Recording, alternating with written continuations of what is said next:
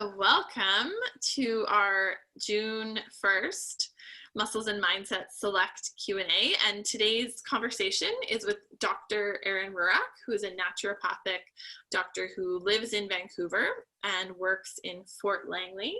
And Erin is going to be answering our questions tonight, but also talking to us specifically about supporting the body through stress. And Erin, is there anything else that you wanted to add to that, or is there anything you wanted to say about what you're particularly interested in at work? Yeah, I mean, I've been practicing now for 6 years, and it's busy. It's great. I'd say 50% of my practice is geared towards patients who have either had cancer, who are receiving treatment for cancer, helping them through their treatments with side effects and so forth. But the other 50% of my practice is primarily family-based. And so when I was talking to Anne about what we thought would be an appropriate topic, stress came up. And in all honesty, I would say that stress is a completely overlooked health topic when it comes to conventional medicine. A lot of people that I see, I see a lot of people because they don't get answers through their family doctors or through their specialists. They've been unwell for a very long time, and they are seeking other possibilities in terms of health knowledge that could help them. And what I've really noticed is that stress plays a part in people's life tremendously. And I think as humans, we're very unique because we deal with chronic stress. There's many different forms of stress, but what I really wanted to touch on today was the concept of chronic stress. When we compare ourselves as humans to other species, it's actually quite a unique concept, this idea of chronic stress. Primarily in other species, it's acute stress. If you think of an animal in the wild, they're grazing, they're doing their thing, and they get chased by an animal. They either survive that event, a very acute stress, or they succumb to their predator. We, of course, have acute stress in our lives, be it a physical illness, a trauma, be it a motor vehicle accident. But the fact of this chronic stress, be it financials, relational stressors, lack of sleep, these chronic types of stress are rather unique to humans. And that kind of stress really does play a role on our health, because we're not really designed to deal with stressor after stressor after stressor that doesn't go away, right? It's just kind of one thing after the other after the other. And it affects how we feel both physically and mentally. And we know that it affects a specific part of our body related to our adrenal glands, which are our stress glands that sit above our kidneys. I wanted to show an image of this. I'm not quite that tech savvy, but let me see if I can do this. Oh, I think, Anne, you disabled attending screen sharing. I didn't, but that's what I didn't disable it, but I think as an attendee. I'm not allowed to. Yeah, but hold on, I can change it right now. Well, while you're doing that, I can also speak about this. So the adrenals are glands that sit above our kidneys, and they produce a number of steroids. One of them is cortisol, which give us that oomph of energy when we are stressed.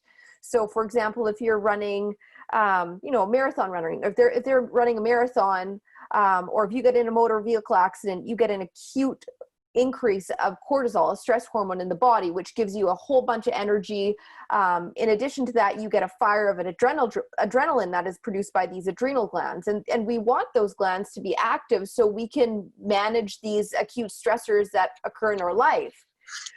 What's different with chronic stress is that we have these stressors that are chronically going day by day, and puts stress on our adrenals where it has to produce cortisol day after day after day with very little break.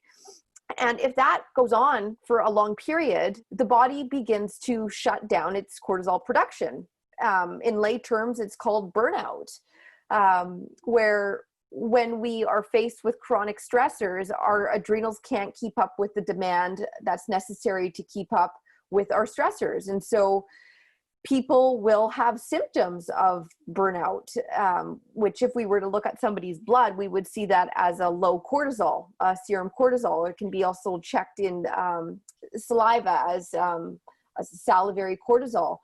It's a very easy thing to measure, and it's very common that people's level of cortisol becomes low over time because of this indwelling stress that we have in our lives. And people don't always realize, people realize that they're stressed, of course. I think that's, of course, we all know when we feel stressed, but it's not always knowing, well, how do we feel that in the body? And that disconnect is, well, I know I'm stressed, but how do I feel this in my body? And I know I'm stressed. Is there are so many ways that people may have symptoms of stress. One of the most common one that we all know is lack of energy. That is often not improved significantly by a good night's sleep. A chronic headache, pain, just general pain in the body that, we haven't necessarily injured ourselves, but it's just, we feel this discomfort. Headaches, chronic headaches too. People are thinking, well, is it something I'm eating? Do I have tension in the back of my neck? Yes, it could be all of those things, but if it gets to the point where we've addressed someone's nutrition, they're going to massage, things seem relatively well aligned and these headaches continue, looking at stress is something that is truly important. And when we look at stress, the human body naturally produces cortisol. First thing in the morning, we get the biggest production of it. When we get up at about 8 o'clock, the adrenals produce a surge of cortisol. That gets us out of bed. That keeps us going for the morning. Then typically after lunch, we get a second burst of cortisol, not nearly as high as the initial cortisol that occurs when we wake up. And then as we get into the evening, the cortisol comes down naturally, because we don't want to have high cortisol when we go to bed. So that is a natural pattern of cortisol that we would see if we were checking our cortisol on a 24-hour schedule and if things were going according to schedule. What happens with chronic stress is the cortisol, we lack the peaks. Typically, someone would have to be very, very burnt out to not get any peak in the morning.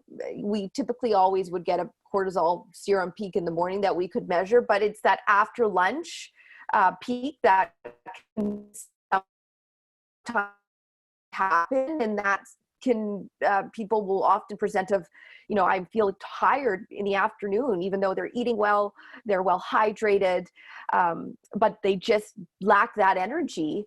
And that can really affect people's jobs, of course, and their life and how their productivity. And it's really important to know that there could be something physiologically not balanced in the body that is causing somebody to feel like this. One thing, especially for women, that can really affect how our body manages or copes with stress is our female hormones. So, when women are entering their 40s, usually I would say early 40s, female hormones will inherently start to vary up and down. And then that leads it to perimenopause, where the hormones really start to come down. So that would be another example of a physiologic stress of the body. So if somebody has perimenopause or menopause going on, plus there's a level of chronic stress in their life, they will feel worse off than if they didn't have that chronic stress. Their menopausal symptoms could be worse, hot flashes and so forth. So understanding that process of chronic stress and knowing that it is actually a very unique thing to humans in comparison to other species. I would say one exception of that would be probably caged animals. They have they don't do well when people look at their stress levels either. And I think that it's a true underlying factor of people's health, and they don't even really know how impactful stress is, be it how they feel physically, emotionally, and also when it plays into their immune system. That makes sense? Yeah, for sure. And so, and I love that you mentioned about that, the cortisol spikes, because I didn't know that. And I Mhm. think so many people talk about that, especially that after lunch sort of slump, right? Yeah, yeah. I'll see if Yeah. I can find There you go. um here. Let me just go. So can you see this? Yeah. Do you see the diurnal cortisol pattern? Yeah. So this would be a healthy, so this is looking at cortisol over a 24-hour period. And so in the morning, this is a big cortisol spike we get. This is when things are going very well. People are doing well. And then usually after lunch, there's a little bit more cortisol that will a peak, but it's not a huge peak. It's just a something. And then after, come about 4 p.m., we have that natural drop of cortisol, and that we want that, because if you happen to have high cortisol at bedtime, which happens to people where they're exhausted in the day and then it's time to go to bed and they're wired and they can't figure out what on earth is going on, it could partly be as a result that they're having their cortisol levels are completely off kilter. So this is when things are going well, and this is great. When things are not going well, it would look something like this, where so the shaded area is, where we would typically want somebody to fall right in the middle of that shaded area. So this is somebody who's burnt out, where their cortisol level is low is at every single point that it's checked. Typically, if we're doing a 24-hour cortisol test on somebody, we check it at 4 different points in a 24-hour period, and that's what's done there. It's just their body is not producing enough cortisol, and the main symptom typically that somebody will feel is exhaustion, fatigue, irritability, possibly anxiety, and they may be prone to becoming to get sick physically, with colds and flus. I would say in reality, this doesn't happen very often where there's a low at every single point. It's usually something more on the line of, this is a patient of mine that, this is, there's lower points midway through. Very rare is somebody right off kilter. But that's kind of an example of what it looks like. And its variabilities within these, how your body produces cortisol that can affect how you feel at different times in the day. Yeah. So I'd like to eventually want to get to asking about how we avoid that and support the body throughout that. But I'm just wondering if you also have this experience, Erin. I have it both with my coaching clients initially, and then also with especially new massage therapy patients, is that will be a key question that I ask. I'll ask about sleep, and I'll ask about, do you have any stress in your life? And I don't know about you, but most people say no. Their initial reaction is like, no. And then either something like this will prompt me to ask more questions, or I find things out. What I'm getting at is it kind of seems like we are not great at identifying that we are stressed. Does that make sense? Yeah, I would agree with you. I do agree with the sleep, but if I were to ask somebody, well, how's your sleep? Usually somebody would say, oh, it's okay. But then if you ask more questions, well, what time do you go to bed? How long does it take you to fall asleep? Do you sleep through the night? If not, how many times are you up? What time are you up? Once you dig a little bit, you figure things out a little bit more so. And also, I always ask somebody, well, what's your stress like? And that is a very subjective question, right?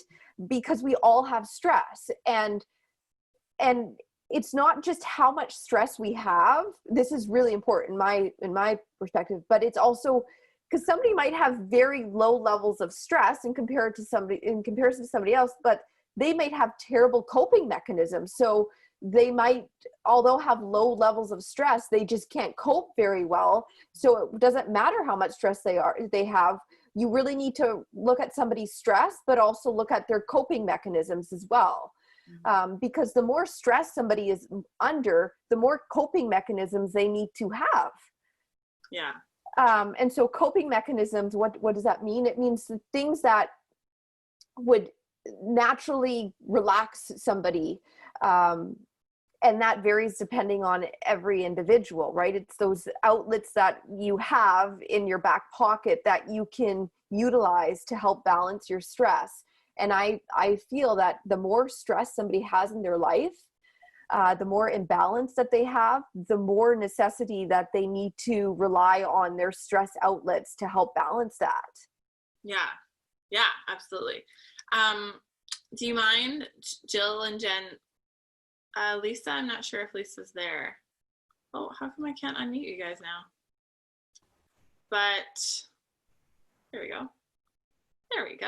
Unmute you. Okay, cool. Would you guys mind sharing, Jen and Jill? Lisa, are you there, Lisa? I am. Okay, cool. If you guys wouldn't mind, and Erin, if you wouldn't mind, just quickly saying before I get Erin to introduce a bunch of wonderful coping strategies, would you guys mind each sharing perhaps your own?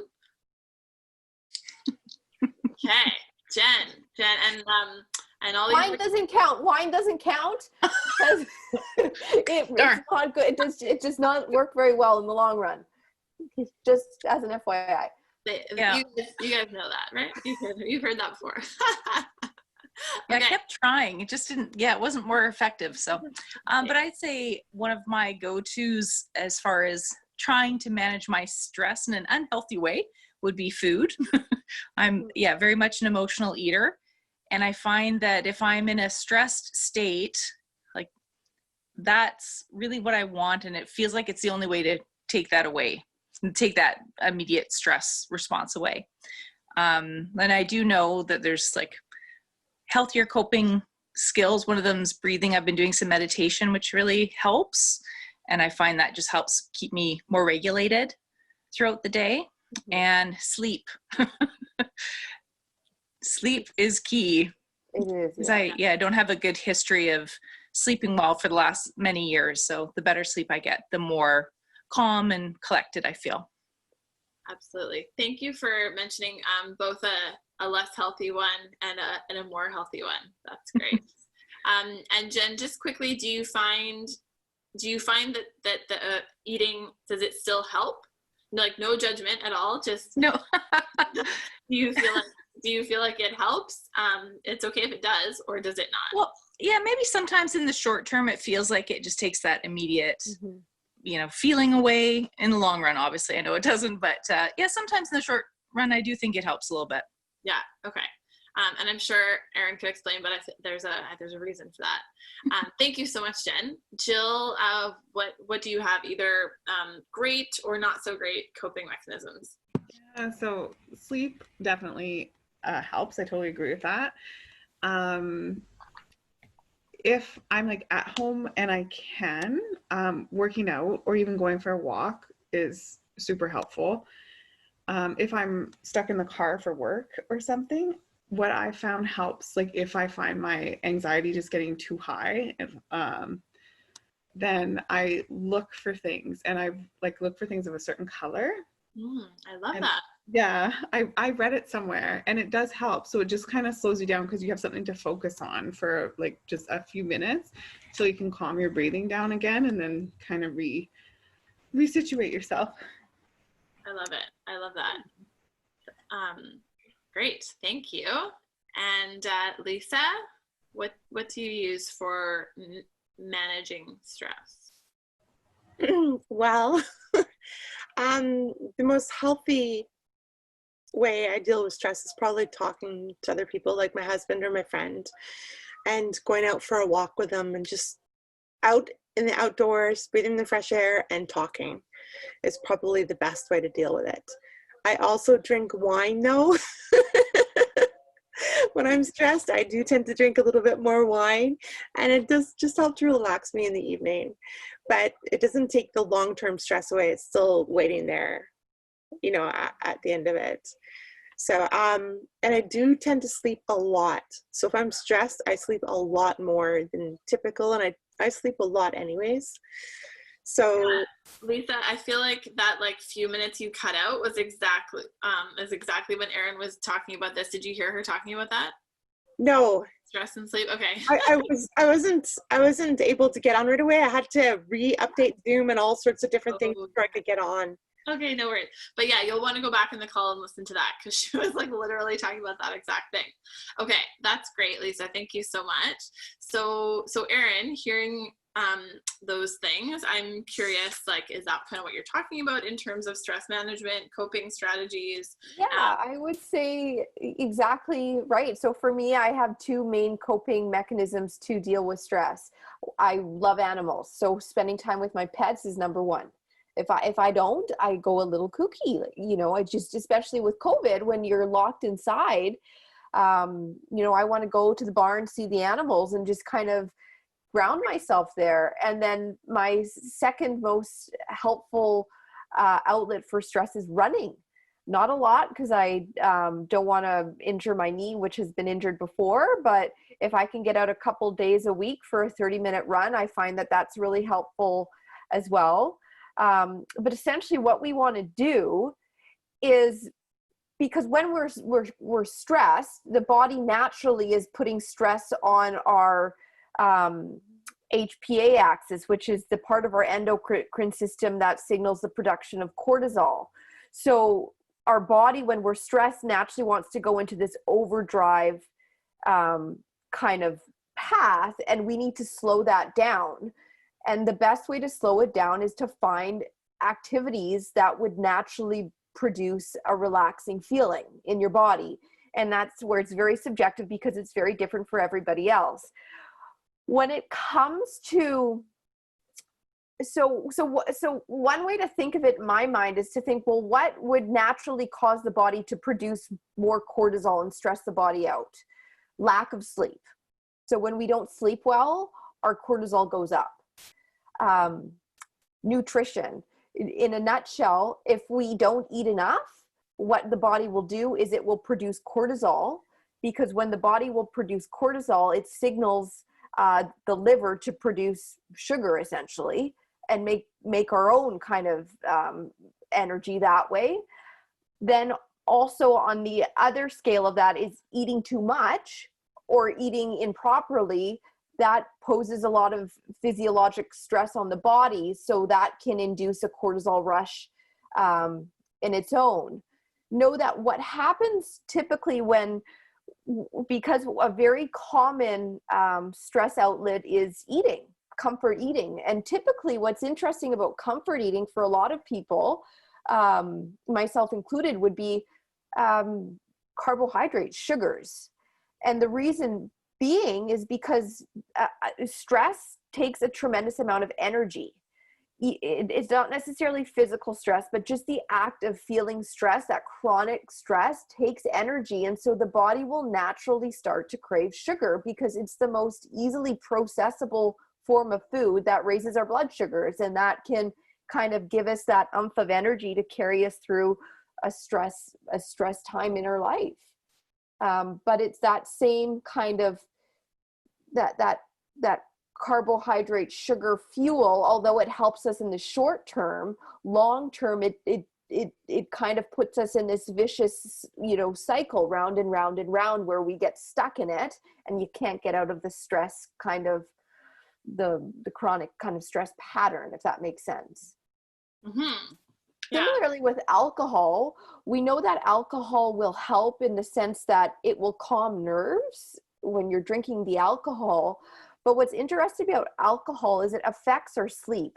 Typically we can fall asleep better, but the actual type of sleep, the quality of our sleep, we're less likely to go into that deep restorative sleep with alcohol consumption than, you know, without it. And people might not even know that unless they take, usually it takes at least 2 weeks. If somebody's using alcohol quite routinely as a stress outlet, it will take about 2 to 4 weeks of not drinking before somebody realizes the effect on their quality of sleep. Because initially it might be harder to get to sleep if you've been utilizing that to help with your stress. But if somebody could cut it out for 2 to 4 weeks and then just compare how they feel when they go to sleep and the quality of their sleep that they get, prior to stopping drinking the alcohol to after, it's quite amazing. But you need to give it enough time, because there's actually a very good likelihood that there's a period that things will be worse. Yeah. Okay. So those are some great coping mechanisms, managing stress. What else can we be doing to support the body, or even to be recognizing, this is something else that I do find too, especially with the demographic that I work with, is most of my clients are like, I have a good life, you know, my life is good. So I think they feel uncomfortable saying that they have stress or complaining, you know, because they're comparing themselves. So what do you say to that? That's a good question. So it's kind of wondering, well, why it's almost kind of like a guilt feeling, would you think? Like somebody thinks that their life is really good, that they really shouldn't feel stressed. What's all this about? Well, nobody's immune to stress. Everybody has, you know, we are all in this planet together. I mean, no one's immune to stress. So it doesn't matter how good your life is. You know, stress can be impactful. Sometimes I think that what happens, especially what I've noticed in my practice, is that people who you look at their life and you're thinking, holy man, like they got a nice life. I think what can happen in situations like that is that when somebody seems on the outside to have a very good life, but on the inside they may not feel great, that it puts an internal pressure on themselves where they think that, well, why do I feel like this? I shouldn't feel like this. And then it just kind of feeds into that pattern. I think that can play a role. And it's not just external stressors that put stress on our body. It can also be things that are imbalanced physiologically in our system. For example, if we're lacking iron, or if our B12 is a little bit low, if our thyroid isn't quite balanced, if somebody's going through menopause or perimenopause where there's hormonal changes, those are all physiological stressors on the body that will produce some form of stress, right? So it's not always just the external stressors that affect us, but it's also how our body is just balanced during one's time in life, knowing that our body changes, right? So we might feel great one year and not so great the other. There might be some just natural changes that are going on that are, you know, are putting some physiologic stress on us and not allowing us to feel great. And so at what point is it time, what are some symptoms, or at what point is it time to ask for help or further investigation? So we all know that stress is a normal thing and that it's natural to feel some stress, but then, well, when does that become too much? Mm-hmm. When people are feeling unwell with symptoms, lack of energy, that's not just that, you know, normal lack of energy, or you're just kind of feeling a little slow, but you know, it's just a day or two. If it goes on for a longer period, if they're feeling unwell in terms of chronic discomfort that's not normal for them, if they're having headaches, or if there's been, you know, a real change in the mood of somebody, be it anxiety, depression, lethargy, I would say those are all, you know, especially if it's been going on for, you know, a month or so, that would be a time to actually really address the level of stress in one's life. And my, you know, thought about, well, how do you address stress when somebody who needs that help is, well, look at the fundamentals first. Look at what are the coping mechanisms? Is there anything that we can tweak in the lifestyle to better help somebody manage where they are at? So that's always the foundation, is lifestyle, in my opinion. Nutrition, exercise, grounding techniques. Is there enough time for them just to have an outlet to relax? And then on top of that, I would say that it's important to rule out any underlying physiological causes, as I had mentioned, that could be because I would hate to say to somebody, I think you feel how you do because it's stress, and that's all I say, when realistically I haven't done a thorough investigation making sure that there's not anything else going on. So that would need to happen as well. And then there comes a point where I think it's necessary to address chronic stress through supplements when necessary, right? And there's good evidence that there are supplements that can help with stress. There's a lot of different supplements, and when I say supplements, I'm speaking primarily in this case of herbs to help people manage their stress. And the herbs that I find the most useful will vary depending on the individual, because if somebody is stressed but very anxious, a lot of the herbs that support stress give people energy, right? So all the ginseng families, Panax ginseng, eleutherococcus, they're good herbs to help with energy for people who are just chronically fatigued because of stress. But if somebody were to utilize that and they had a level of anxiety that could actually spur their anxiety and not help in any way, I would say the safest, if I had to recommend one herb without not knowing anything about an individual, knowing that they are struggling with stress that they haven't managed to really tackle in their lifestyle, it would be ashwagandha. It's a wonderful herb at supporting the adrenal glands. It's very safe with different forms of medication. It really doesn't interact with medication, which I really like about that. It doesn't alter blood pressure, but it generally helps individuals feel more balanced in terms of their energy and mood when it relates to stress. Mm-hmm.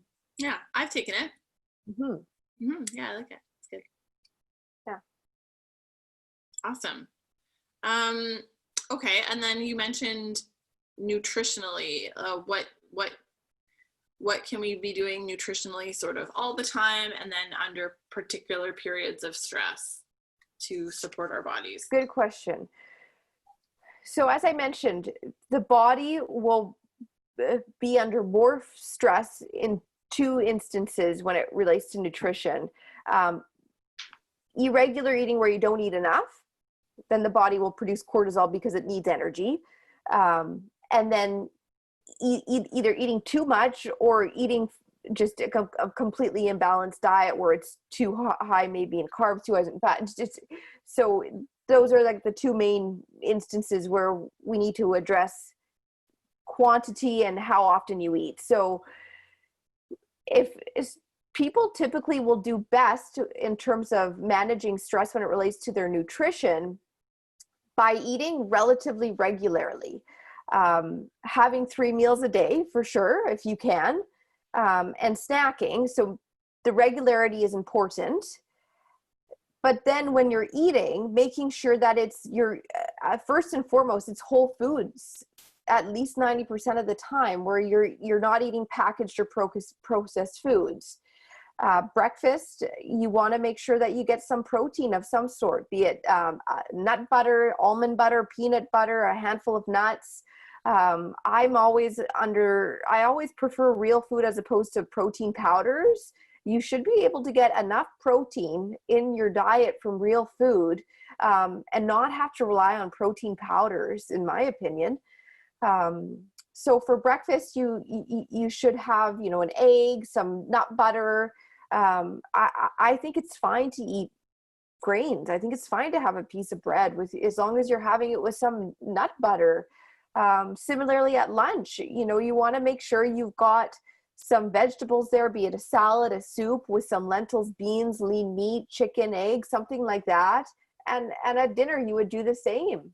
You just want to make sure that you're eating whole foods and making sure that you are getting enough protein, because if you don't get enough protein, your blood sugars will be going up and down, up and down, up and down, which will play a crucial role on how you feel with your energy and how you feel with your mood and also physically. So protein, I think, is really key. And it's not necessarily that all you eat is protein. It's just if you can just make sure that you get protein with each of your meals, you will do better.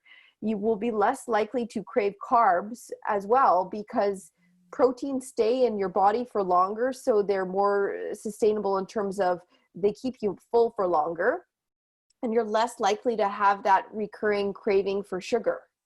Mm-hmm. Yes. Yes. Thank you. Jen, did we have a conversation recently about protein? I think Sorry, I just remuted myself. Sorry. Okay. Yeah, I was keeping track of my protein last week through MyFitnessPal, and I was really surprised that I was getting about half of the protein that MyFitnessPal thinks I need. And I felt full. I felt good. Then I was eating lots of other things as well, lots of vegetables and such. But I was really surprised, and I was trying to sort of maximize the protein, but I couldn't get half of what my target was. So maybe my target was too high.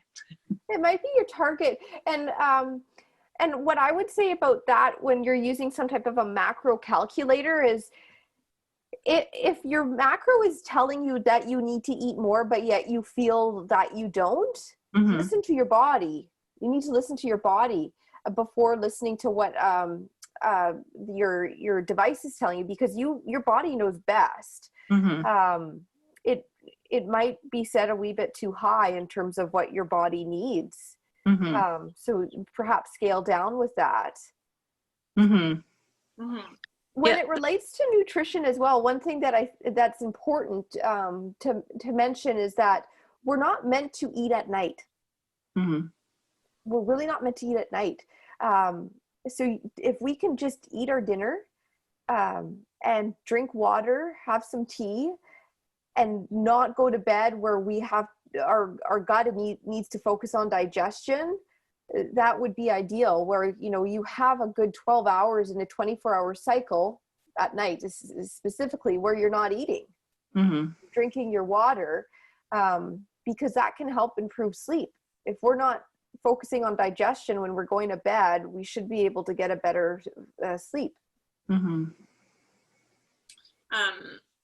Does that answer the protein thing, Jen? And then in the past week, how have you talked about it? Yeah, I felt like what I was eating was really healthful and colorful and lots of variety. But I felt like I can't eat any more chicken. So I think that's a good message, like listen to my body, and maybe the tool I was using wasn't quite right for me. Especially if you find that, because if you're finding that it's saying you need to eat more, but yet you don't feel like you need to eat more, you feel satisfied, then that, in my opinion, is that just, we don't want to eat until we feel full. You never want to feel full, in my opinion. You stop eating when you are just satisfied. And then if something's saying you need to eat more even though you're satisfied, that goes against that, right? It can really affect our rhythm in terms of our nutritional needs. Right. Yeah, absolutely. Yeah. Thank you. Thanks, Jen, for sharing that. I almost feel like that's a little bit like we talk sometimes about the scale, like using the scale and how it's sort of an external source. And so it's like everything can be going just fine, we can feel great, and then you step on the scale and you find out right, that there's a problem. It's kind of almost like that, right? Trusting that device instead of just trusting how we're feeling. How you feel. Yeah, I completely agree. Totally agree with that. So I love Jill, you really caught her attention with this nighttime thing.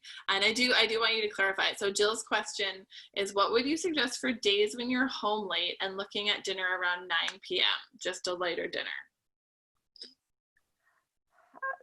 Would you normally, so then would the next day, would you not eat until 9, or what time do you go to bed if you're eating at 9? Usually around 11, but I'm thinking like I've just run home from work. I've headed out to, sorry. Hello, Kitty. She wants to listen into here too, yeah.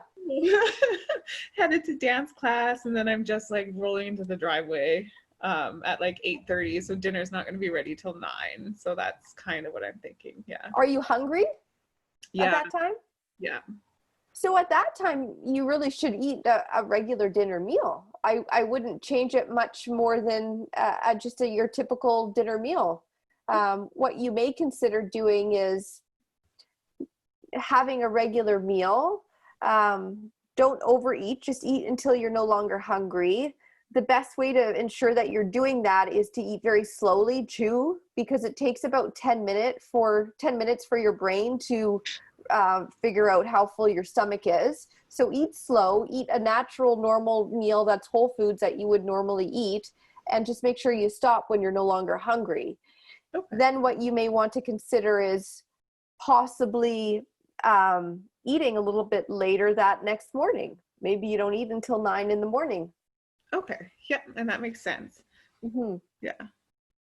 Yeah, thank you, Jill. So Erin, I just want to clarify, because I do get asked that question a lot about the nighttime eating thing.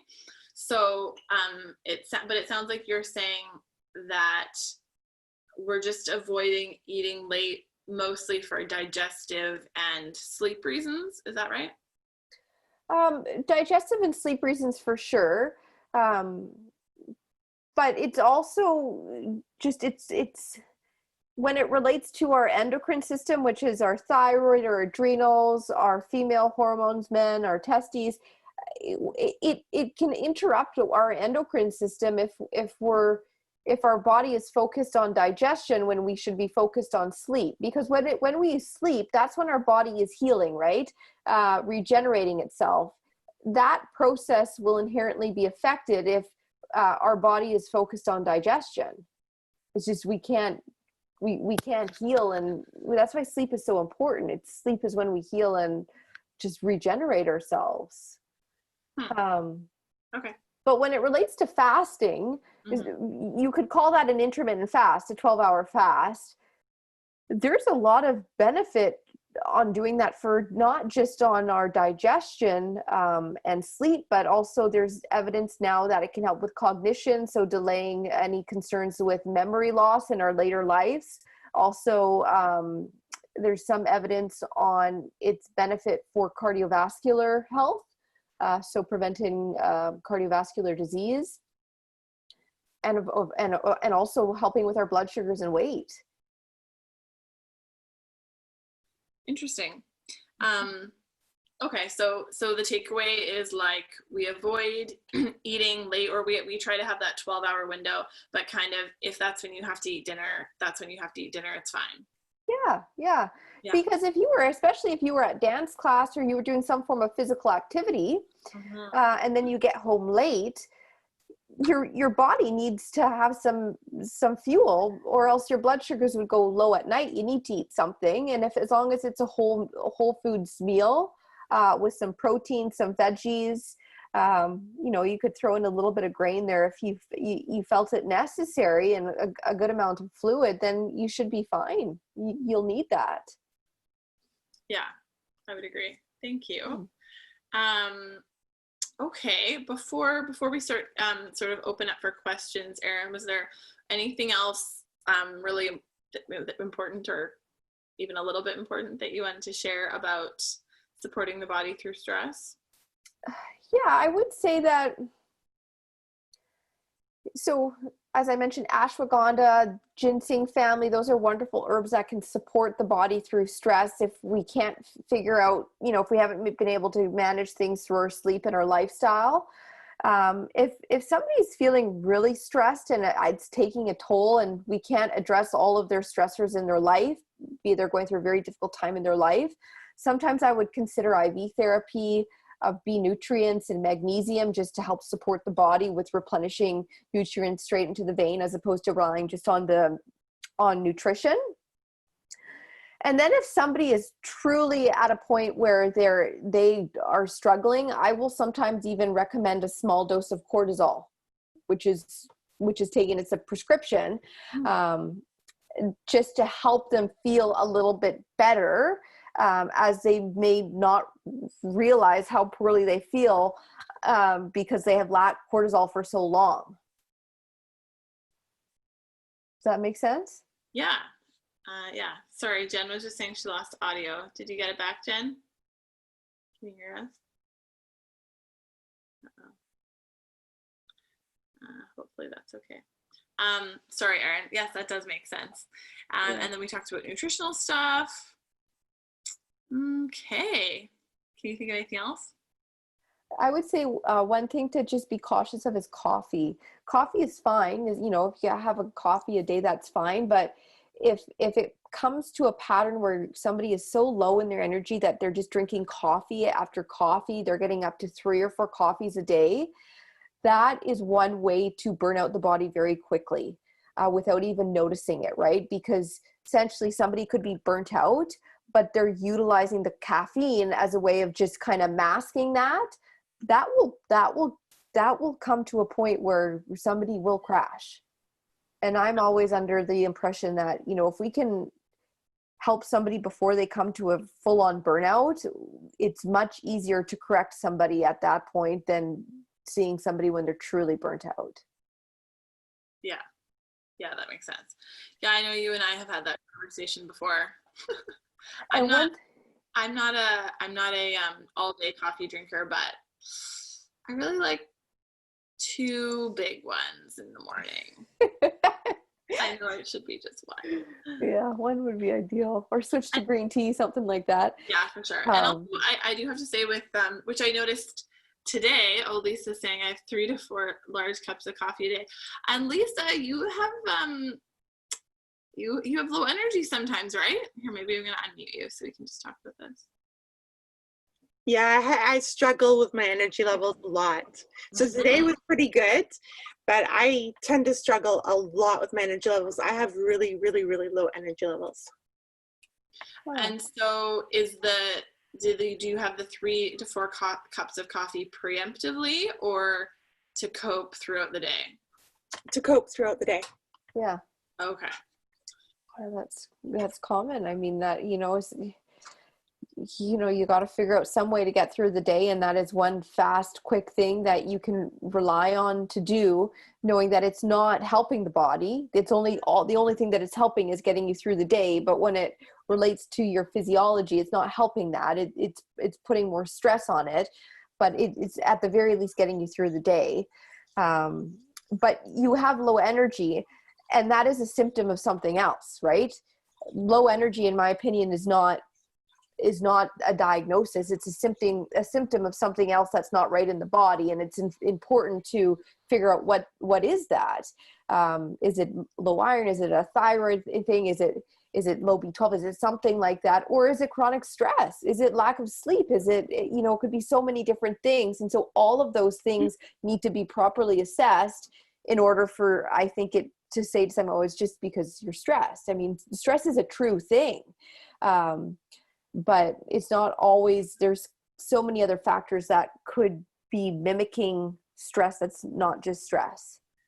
I've been chronically tired for years and years and years, and I've gone through doctors and naturopaths and everything, and I don't know why.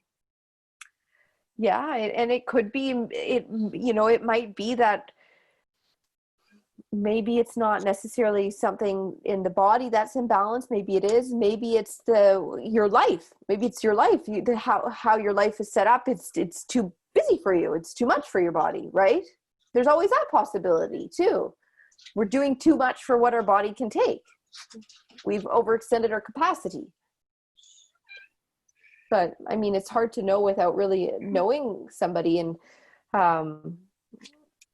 yeah, it's a complicated subject, but I think it's a really important subject because it affects people so much. What I found really interesting with COVID in my practice is, so since March, I have not seen a single person, because I won't see anybody with COVID. It's not anything that I can help really with.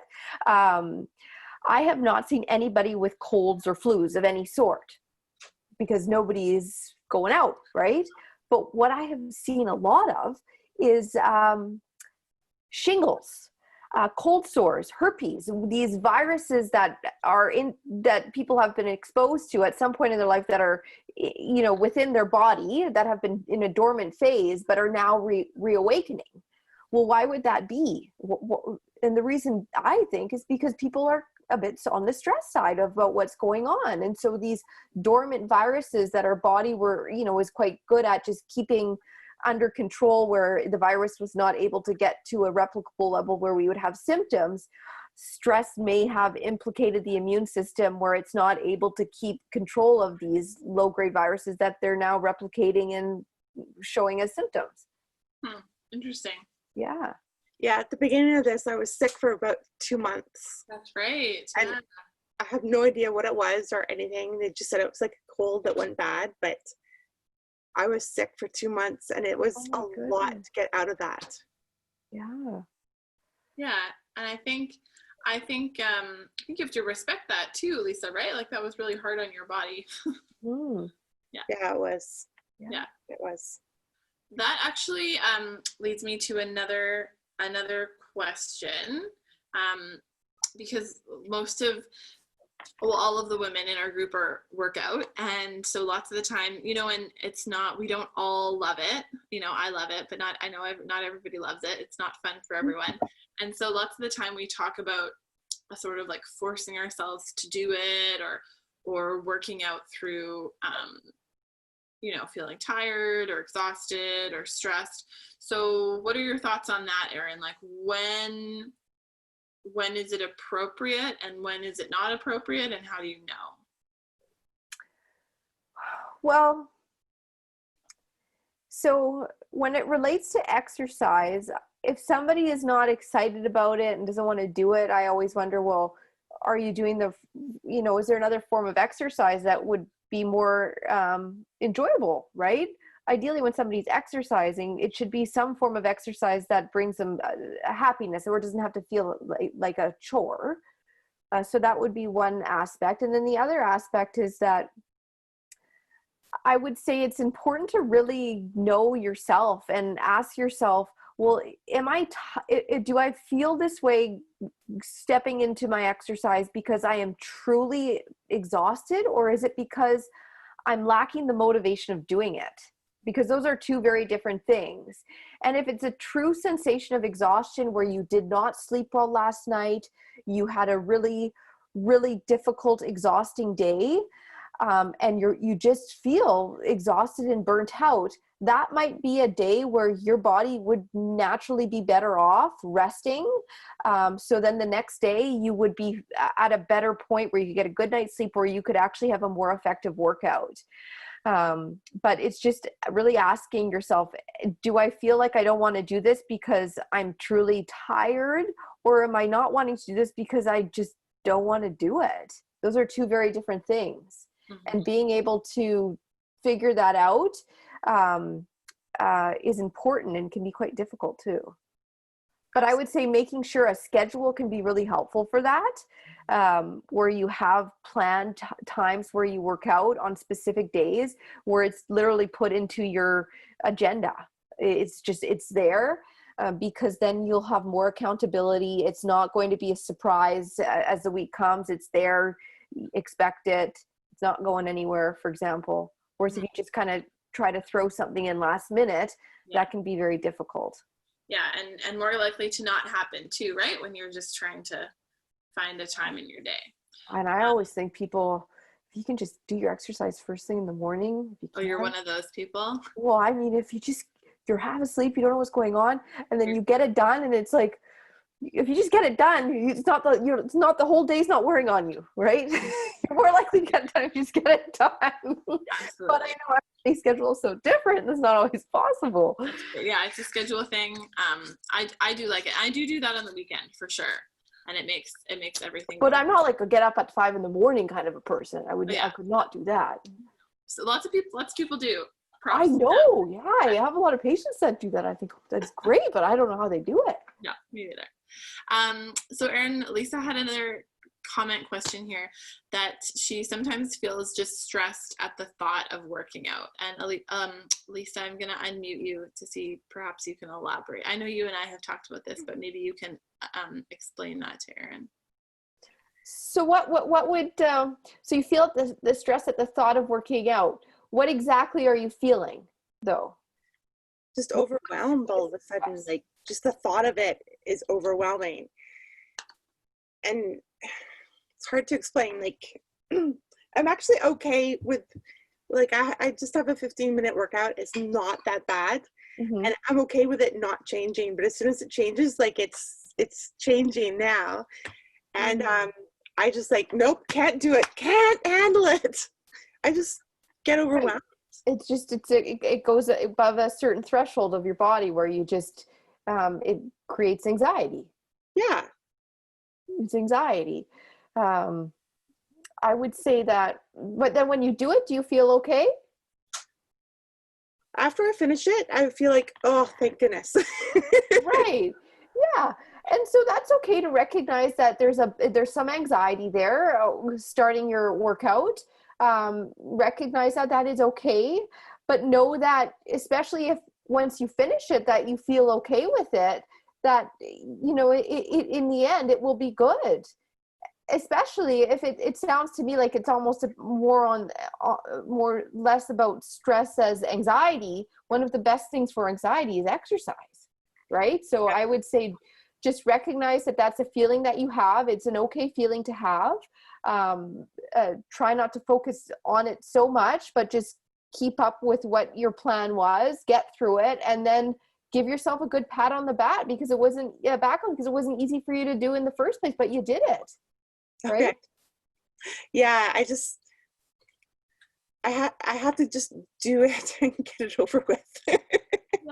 Might be a good thing for you to do in the morning, so then you don't have to think about it. Yeah, I think I'll save it for like Saturdays or something like where I don't have work to think about for the rest of the day. But Saturdays will probably be a good one. Saturdays and Sundays when I wake up, and then I can just wake up and do it and not have to think about anything else yet.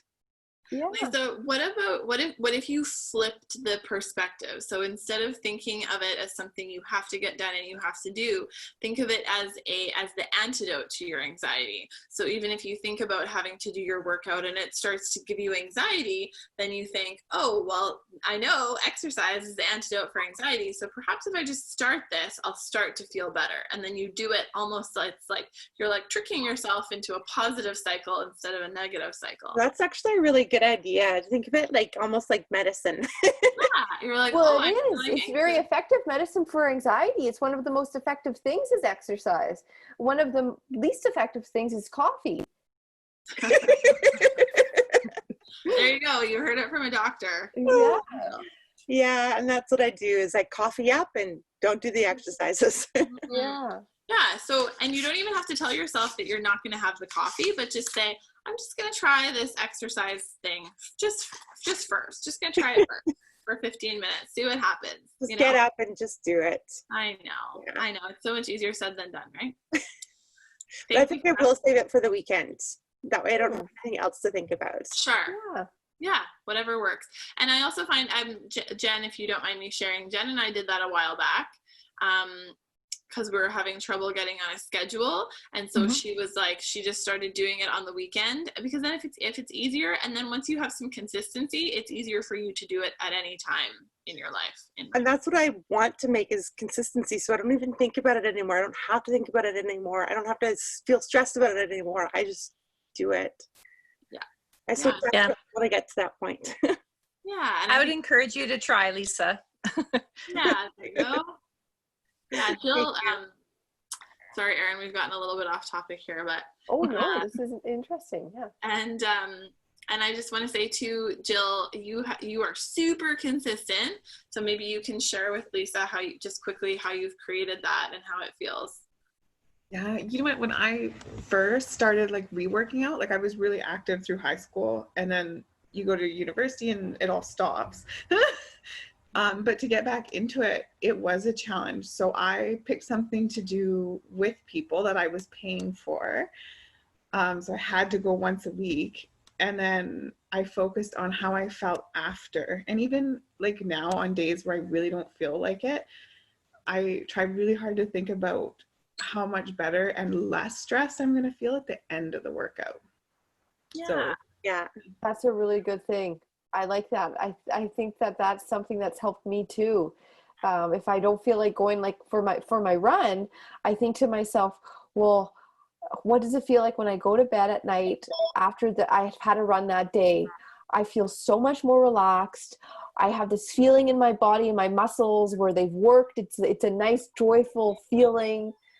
So just remembering exactly what you said, Jill, how you feel after. Also, Lisa, you mentioned that you don't feel great. You have some anxiety leading up to it, but you actually feel good after. So just remember that. Yeah, I really do feel good after. I feel so proud of myself. I'm like, yes, I did it. And then my body actually feels better. Yeah. So let that be your motivation, and use it as like Erin said, use it as medicine rather than just another thing you have to do. Okay. Yeah. That sounds like a really, really good idea. Good. I'm glad that's helpful.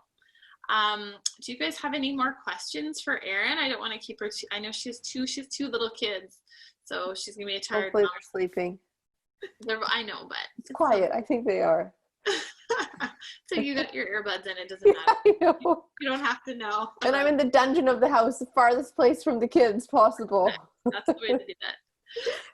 Do you guys have any other questions for her before we go? No.